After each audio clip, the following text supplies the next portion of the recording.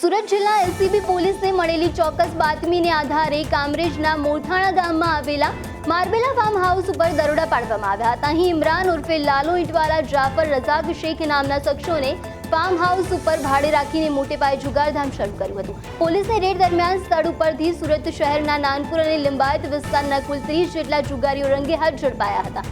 પોલીસે આ કાર્યવાહીમાં 4.25 લાખની રોકડ, 3.10 લાખની કિંમતના 33 નગ મોબાઈલ ફોન તેમજ કાર, રિક્ષા અને મોપેડ સહિત કુલ 9 વાહનો મળીને કુલ 29,85,600 રૂપિયાનો મુદ્દામાલ જપ્ત કર્યો છે। ઝડપાયેલા મોટાભાગના જુગારીઓ સુરત શહેરના રહેવાસી છે। એલસીબી પોલીસે 30 શખ્સોની ધરપકડ કરી છે, જ્યારે અન્ય 2 આરોપીઓ વોન્ટેડ જાહેર કરીને વધુ તપાસ હાથ ધરી છે। આ ઘટનાએ ઓનલાઈન કે સીધી રીતે ફાર્મ હાઉસ ભાડે આપતા માલિકોને પોતાની મિલકતમાં થતી ગેરકાયદેસર પ્રવૃત્તિઓ અંગે સાવચેત રહેવા મજબૂર કર્યા છે। જી સર।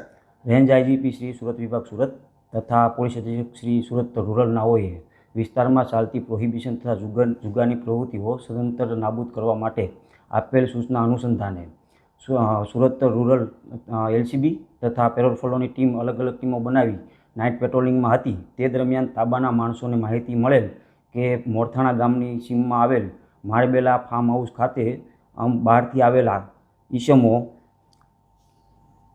ઇમરાન ઉર્ફે લાલો ઈટવાલા તથા જાફર રઝાક શેખ નાઓ પોતાના ફાયદા સારું બહારથી માણસો બોલાવી હાર જીતનો જુગાર રમાડે છે।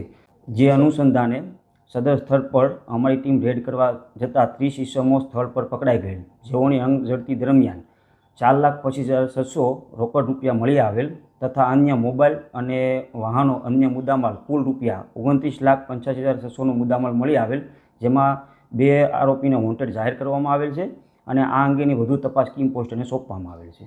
સંજય, આ મુખ્ય 2 આરોપીઓ છે એ કઈ રીતે ફાર્મમાં માણસો બોલાવતા અને પોતાનો આર્થિક ફાયદો શું હતો?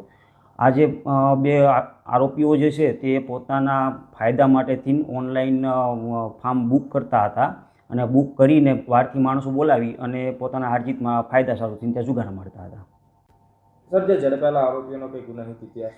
આ 30 પૈકી 2 આરોપી, જેમાંથી એક શાહબાજ સઈદ ખાન પઠાણ, જેઓ વિરુદ્ધ અઠવાલાઈન પોસ્ટે ખાતે એક જુગારધારાનો ગુનો દાખલ થયેલ છે, તથા ઇરફાન ઇકબાલ રાજ, જેઓને વિરુદ્ધ લિંબાયત ખાતે 3 જુગારના ગુના તથા ખડોદરા ખાતે 1 જુગારનો ગુનો દાખલ થયેલ છે।